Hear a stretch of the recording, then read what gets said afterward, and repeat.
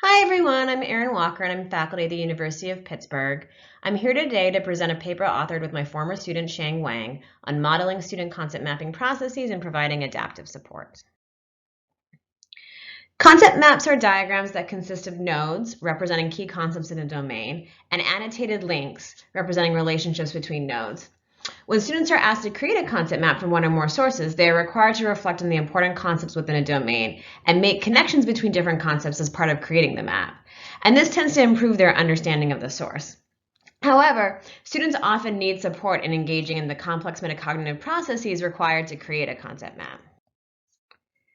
Some research has explored intelligent tutoring style support to concept mapping. This support, in the context of concept mapping, typically automatically scores a completed concept map and then provides feedback on the content of the map.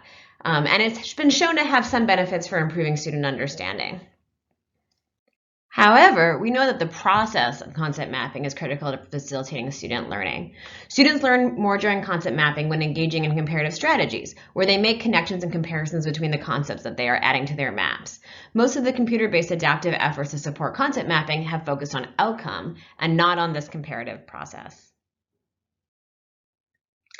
Therefore, our hypothesis is that adaptive feedback that targets both the process of concept mapping and the content of the student's current map in progress might be most effective at improving students' comparative strategies in learning.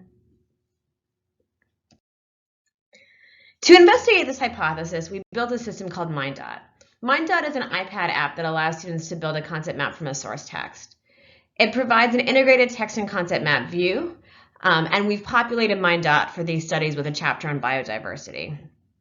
In MindDot, we give students combined process and content feedback.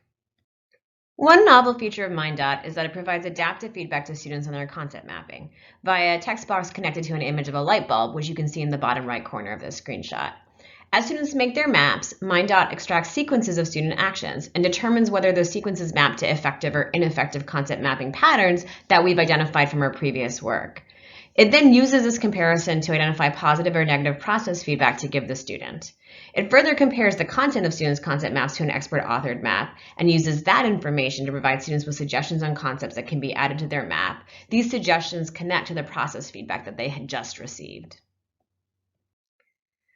For example, we've identified reading 3 pages in a row without modifying one's map as an ineffective pattern.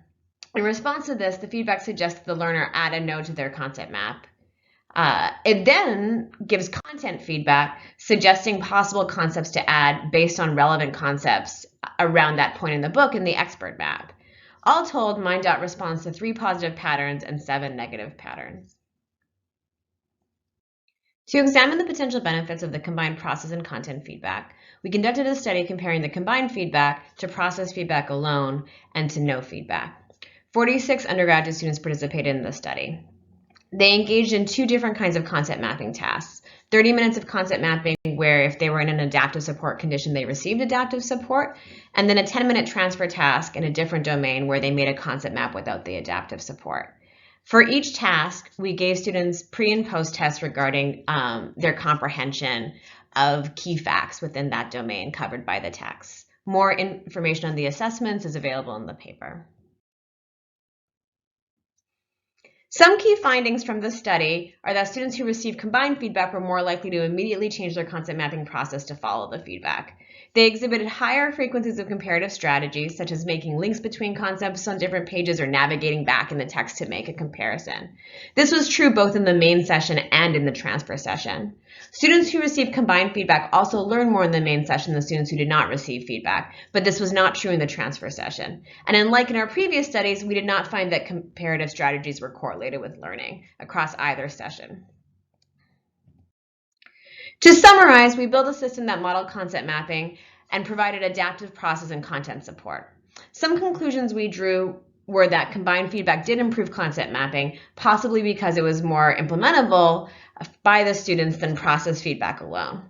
However, it is possible that students went through the motions of implementing comparative strategies as a result of the support, but did not build knowledge through this process in the same ways they would have if employing comparative strategies spontaneously. Future work will investigate how adaptive support could be designed to produce meaningful changes in student cognition in addition to just changes in their strategies.